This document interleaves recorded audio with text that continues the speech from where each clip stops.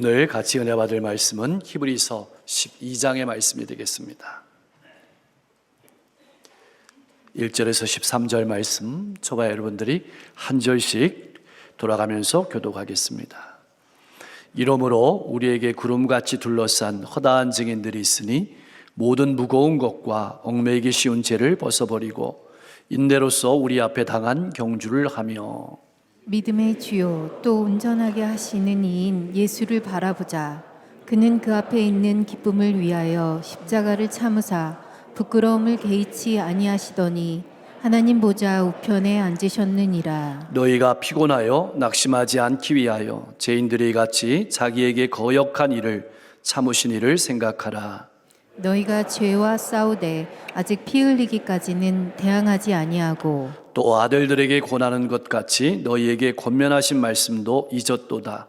일러스되 내 아들아 주의 징계하심을 경히 여기지 말며 그에게 꾸지람을 받을 때 낙심하지 말라.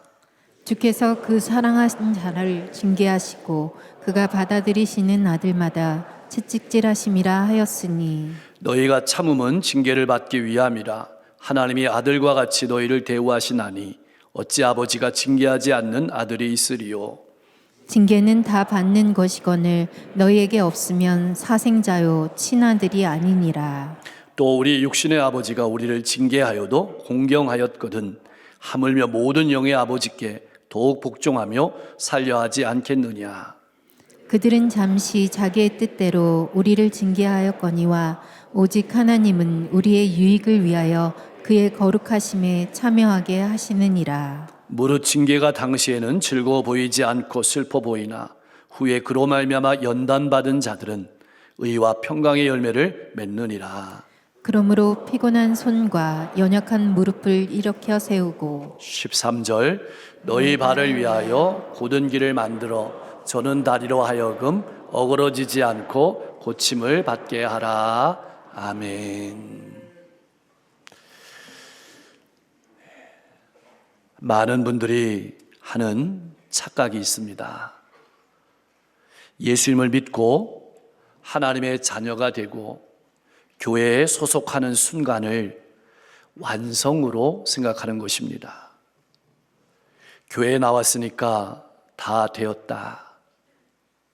하나님의 자녀가 되었으니까 다 되었다.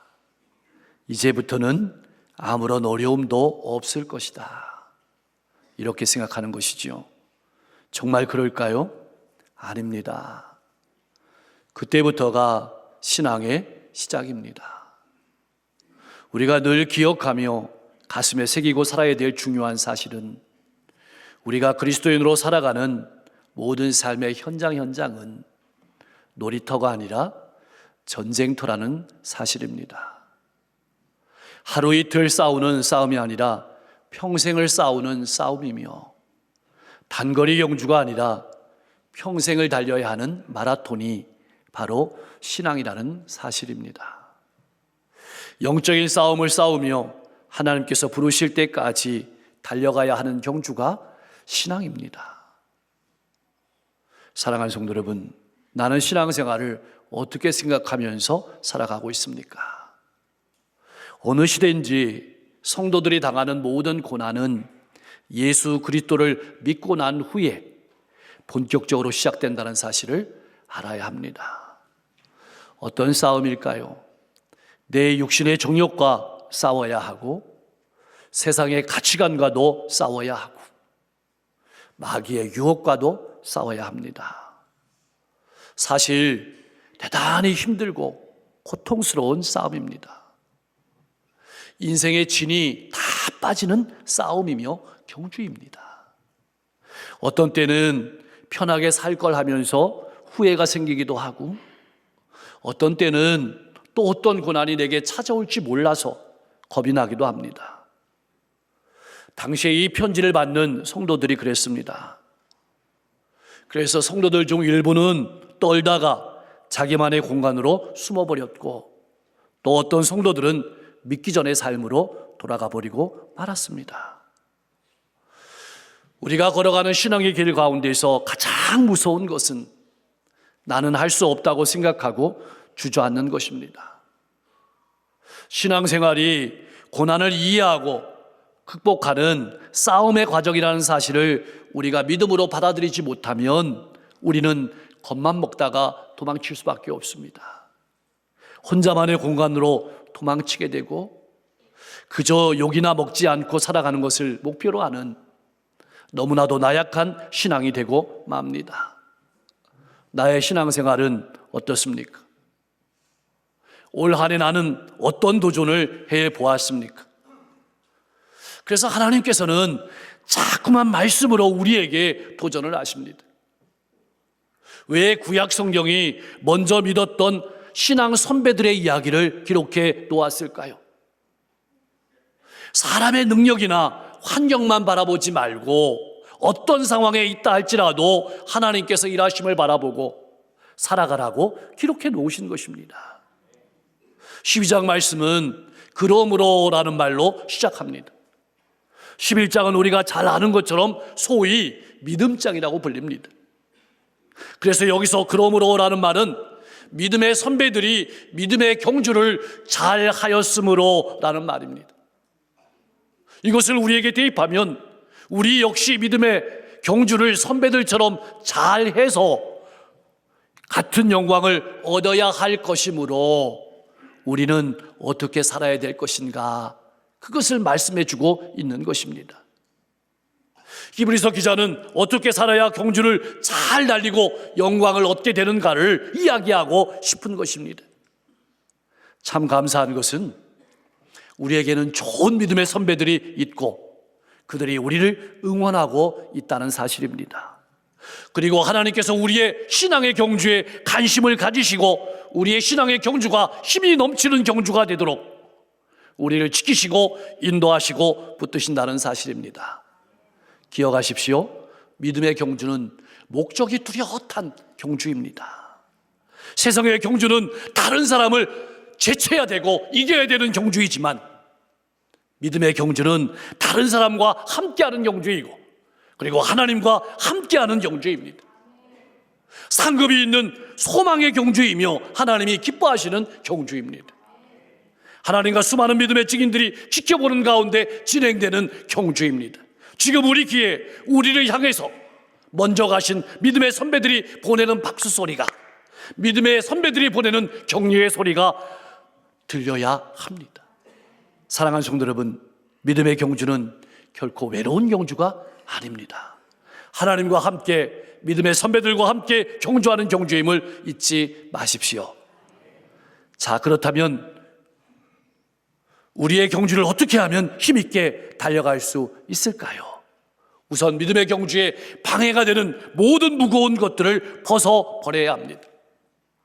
사람은 저마다 무거운 짐을 지고 가고 있습니다. 여러분들을 만나서 예수님을 믿으라고 전도하면 이렇게 얘기하시는 분들이 많이 있습니다. 부모님 돌아가시면 믿겠습니다. 이 일만 끝내놓고 가겠습니다. 이야기는 다르지만 계속해서 자기의 짐을 지고 가겠다는 얘기입니다. 신앙인도 예외가 아닙니다. 이번 말 잘 되면 열심히 섬기겠습니다. 여러분에게 있어서 믿음을 경주하는데 무거운 것은 무엇입니까? 무거운 것은 사람마다 다를 수 있습니다. 학생들에게 있어서는 지나친 여가 활동이 무거운 것이 될 수 있습니다. 직장인에게 있어서는 과도한 업무 욕심이 무거운 것이 될 수 있습니다. 신앙인에게 있어서는 세상적인 성공에 대한 집착이 무거운 것이 될 수 있습니다. 물질적인 부여가 무거운 것이 될 수 있습니다. 아무리 가치 있어 보인다 할지라도 믿음의 경주를 하는데 방해가 된다면 내려놓아야 합니다. 사랑하는 성도 여러분, 믿음의 경주에서 내가 내려놓아야만 하는 무거운 것은 무엇입니까? 우리가 믿음의 경주에서 인내하며 완주하려면 얽매이기 쉬운 죄도 벗어버려야 합니다. 얽매이기 쉽다는 말은 우리 주변에 늘 상존한다는 뜻입니다. 우리 주변에 늘 붙어있는 죄를 말하는 것입니다. 수많은 염려, 사람들에 대한 원망, 육신의 탐욕이 우리에게 달라붙어서 우리로 하여금 인내로서 경주하지 못하게 만들어버립니다. 내가 쉽게 넘어지는 약점은 무엇입니까? 다른 사람의 말입니까? 내 자존심입니까? 왜 하필 기자는 우리의 삶의 여정을 경주로 표현했을까요? 우선은 성도의 삶은 모든 인생의 무거운 것과 죄의 장애물을 넘어서서 하나님께로 달려가는 과정이기 때문에 경주로 표현했고, 그러한 경주를 달리지 아니하고는 주님의 영광스러운 승리에 동참할 수 없기 때문에 경주라고 표현한 것입니다. 사랑하는 성도 여러분, 우리 앞길에는 길이 놓여 있습니다. 우리는 이 길이 어디로 이어질지, 또 얼마나 오래 걸릴지, 그것이 오르막일지 내리막일지 평탄할지, 아닌 장애물이 많을지 모릅니다. 그럼에도 불구하고 우리가 확실한 것은 하나님께서 역사를 주관하고 계심을 믿고 나와 함께 그 길을 달려가는 것입니다. 그것이 믿음입니다. 우리가 믿음을 경주할 때 믿음의 선배들도 중요하지만 정말 바라봐야 될 분은 예수님이십니다. 왜 예수님을 바라봐야 될까요? 2절 말씀의 기자는 분명하게 표현했습니다. 믿음의 주요 또 온전하게 하시는 이. 구약의 많은 믿음의 선배들도 우리에게 귀감이 되고 도전이 됩니다. 하지만 그들은 이미 경주를 마쳤습니다. 그리고 관중석에 응원하고 있는 응원자입니다. 그러나 예수님은 우리의 믿음의 주인이시고 창시자입니다. 믿음을 시작하셨고 끝까지 믿음으로 순종하셨고 결국 하나님 보좌 우편에 앉으셨습니다. 우리에게 믿음으로 사는 것이 무엇인지를 완전하게 보여주셨습니다. 그리고 죄로 죽을 수밖에 없는 우리를 깨끗하게 하시고 하나님 앞에 온전히 세우실 수 있는 분은 예수 그리스도밖에 없습니다. 또한 예수님께서는 십자가의 고난과 수치 너머에 있는 기쁨을 바라보셨습니다. 그것은 구속사역을 성취하심으로 말미암아서 성도들을 구원할 수 있게 된 기쁨을 말합니다. 그리고 부활의 기쁨, 승천의 기쁨, 하나님 보좌 우편에 앉는 기쁨을 바라보셨습니다. 그런데 안타깝게도 이 편지를 받는 성도들은 점점 낙심하며 지쳐가고 있었습니다. 믿음의 경주를 멈추려 하고 있었고 인내심은 바닥을 드러내고 마음은 흔들리고 있었습니다. 실망하고 좌절하고 도망하고 숨고 싶었습니다. 그러한 성도들을 향해서 히브리서 기자는 이렇게 명령하고 있습니다. 3절 말씀입니다. 너희가 피곤하여 낙심하지 않기 위하여 죄인들이 이같이 자기에게 거역한 일을 참으신 일을 생각하라. 여러분, 우리가 피곤하고 낙심하면 경주를 계속할 수 없습니다. 달려가야 되는데 걱정 근심이 되면 어떻게 뛸 수 있겠습니까? 운동도 그러한데 믿음의 경주는 얼마나 더하겠습니까? 우리가 주님을 사랑해서 성도를 섬기려고 하고 봉사하는데 격려와 칭찬은커녕 비교를 당하고 욕을 먹으면 마음에 큰 상처를 받고 낙심하게 됩니다. 그러면 봉사고 뭐고 다 때려치고 싶은 마음이 듭니다. 이때가 바로 거역한 일, 십자가의 수치를 참으신 주님을 깊이 생각하라는 것입니다. 사랑하는 성도 여러분, 나는 이때 무엇을 생각하십니까? 내 자존심을 생각하거나 내 명예를 생각하면 신앙의 경주를 완성할 수 없다는 뜻입니다. 주님을 생각하면서 인내하며 경주하라는 말씀입니다. 당시 성도들은 믿음으로 말미암아서 많은 고난을 겪기는 했지만 아직 예수님처럼 피 흘리는 정도까지는 아니었습니다. 그러나 그 고난에 그들은 점점 지쳐가고 있었습니다. 이때 사단이 다가와 그들의 마음에 속삭입니다. 하나님께서 너를 버리셨다. 하나님께서 너에게 관심 접치었다. 하나님이 너를 사랑하신다면 왜 이러한 고난이 찾아왔겠느냐고 속삭입니다. 그때 히브리서 기자는 잠언 3장 11절 12절 말씀을 인용해서 5절 말씀에서 이렇게 말합니다. 하나님의 징계하심을 가볍게 여기지 말고 꾸지람을 받을 때 낙심하지 말라. 우리에게 많은 고난이 찾아옵니다. 어떤 고난은 죄로 말미암아 찾아오기도 합니다. 어떤 고난은 죄를 짓지 않았는데도 다가오는 고난이 있습니다. 그러나 어떤 고난이든지 우리에게 주어지는 고난은 하나님께서 우리를 연단시키는 징계의 의미가 있다는 점을 반드시 기억해야 합니다. 신앙하는데 걱정스러운 것은 그냥 징계를 묵살하고 무시하거나 낙심하며 주저앉아 버리는 겁니다. 고난의 때에 우리는 이렇게 생각해야 합니다. 하나님께서 나를 성숙시키려고 하시는구나. 하나님의 뜻을 알 수는 없지만 합력하여 서로의 힘을 믿고 소망으로 일어서는 것입니다. 7절에서 11절 말씀은 우리가 고난을 어떻게 바라보며 성숙하게 미래를 향해 경주를 완성하며 나갈지를 잘 말해주고 있습니다. 어떻게 우리가 성숙하게 미래를 향해 경주를 완성하며 나아갈 수 있을까요? 첫 번째로는 하나님께서 우리를 고난이라는 징계를 주실 때 우리가 생각해야 될 것은 내가 하나님의 자녀이구나, 그렇게 확신하며 일어서야 합니다. 오히려 우리의 삶에 고난이 전혀 없다면 하나님의 자녀가 맞는지 의심해야 될 것입니다. 왜냐하면 고난을 통해서 하나님께서 나를 성숙시키시기 때문입니다. 둘째로 하나님의 징계는 우리의 유익을 위하여 앞으로도 계속 있을 것이며 그때마다 계속해서 우리를 성장시키시고 성숙시키실 것을 믿고 인내해야 합니다. 하나님의 징계는 굉장히 아프고 고통스럽기도 하지만 반드시 유익이 있다는 사실을 알아야 합니다. 사랑하는 성도 여러분, 우리가 하나님의 징계를 받을 당시에 인생은 다 망한 것 같습니다.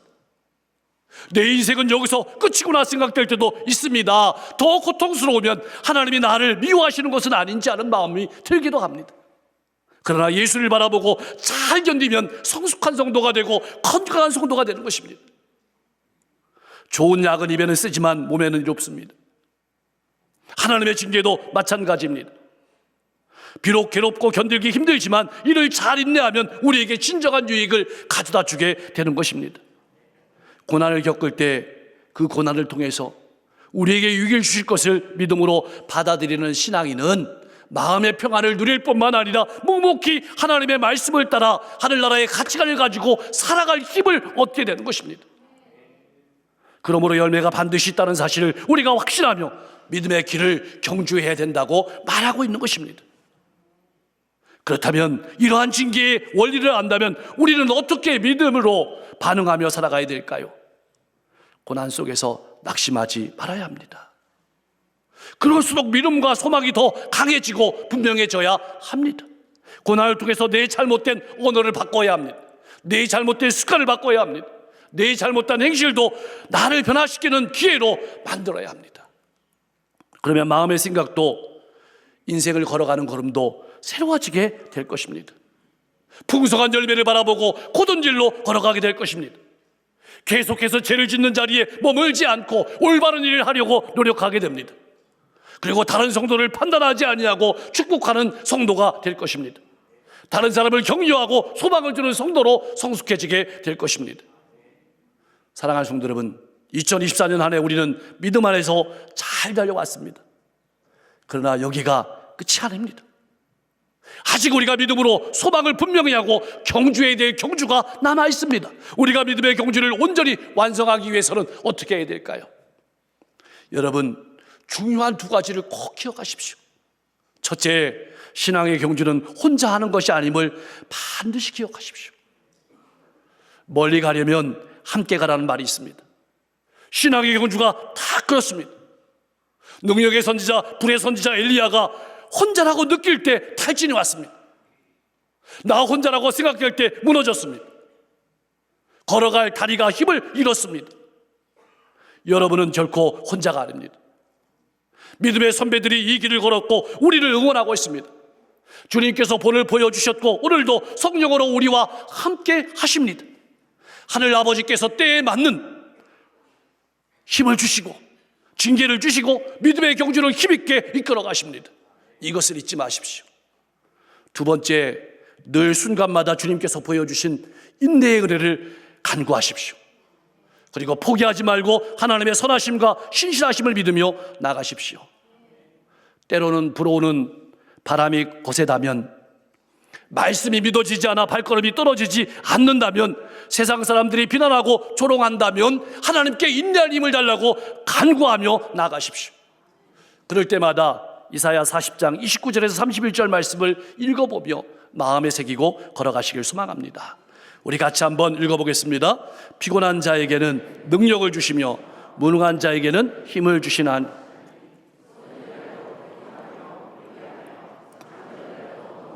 쓰러지되 오직 여호와를 앙망하는 자는 새 힘을 얻으리니 독수리가 날개치며 올라감 같을 것이요 다른 박질하여도 곤비하지 아니하겠고 걸어가도 피곤하지 아니하리로다.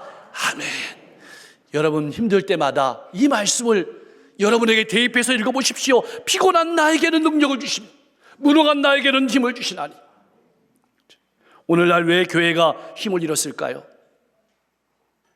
여러 가지 이유가 있습니다.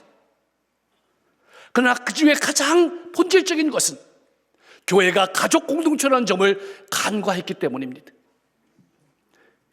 그러므로 믿음의 선배들은 먼저 본을 보여야 합니다. 우선 내 인생이 얼마나 귀중한지를 삶으로 보여주어야 합니다. 함부로 살면 안 됩니다. 말씀을 따라 복음의 가치관으로 삶을 살아내야 합니다. 잘 웃어야 합니다. 기뻐해야 합니다. 믿음의 선배들이 기쁨으로 웃고 복음을 따라 살아가는 것을 보여주는 것이 후배 신앙인들에게 얼마나 큰 힘이 되고 도전이 되는지 모릅니다. 또한 칭찬과 격려와 소망의 말로 인정해주고 세워주고 높여주십시오. 그래서 힘있게 달려갈 수 있도록 도와주십시오. 그리고 어떻게 하면 내가 더 성숙하고 건강하게 앞으로 나아갈 수 있을까를 고민하면서 기도하며 살아가십시오. 사랑하는 성도 여러분, 죄의 용서받고 은혜 받는 것으로 머물면 안 됩니다. 홍해만 건너면 안 됩니다. 홍해를 건넜으면 광야를 지나가야 합니다. 가나안 땅에 들어가야 합니다. 광야에서 죽은 사람들은 구원은 받았습니다. 그러나 구원받은 사람으로 믿음의 경주를 제대로 완성하지 못했습니다. 그래서 히브리서 기자는 본문 말씀을 통해서 너희는 그렇게 살지 말고 믿음의 경주를 완성하라고 권면하고 있는 것입니다. 사랑하는 성도 여러분, 이제는 우리 차례입니다. 믿음의 선배들이 먼저 걸어갔고 하늘나라에서 응원하고 있습니다. 우리 주님께서 본을 보이셨습니다. 하나님이 우리와 함께 하시고 지키시고 인도하십니다. 믿음으로 힘내서 믿음의 경주를 달려가는 복된 인생이 되시기를 주님의 이름으로 간절히 축원합니다.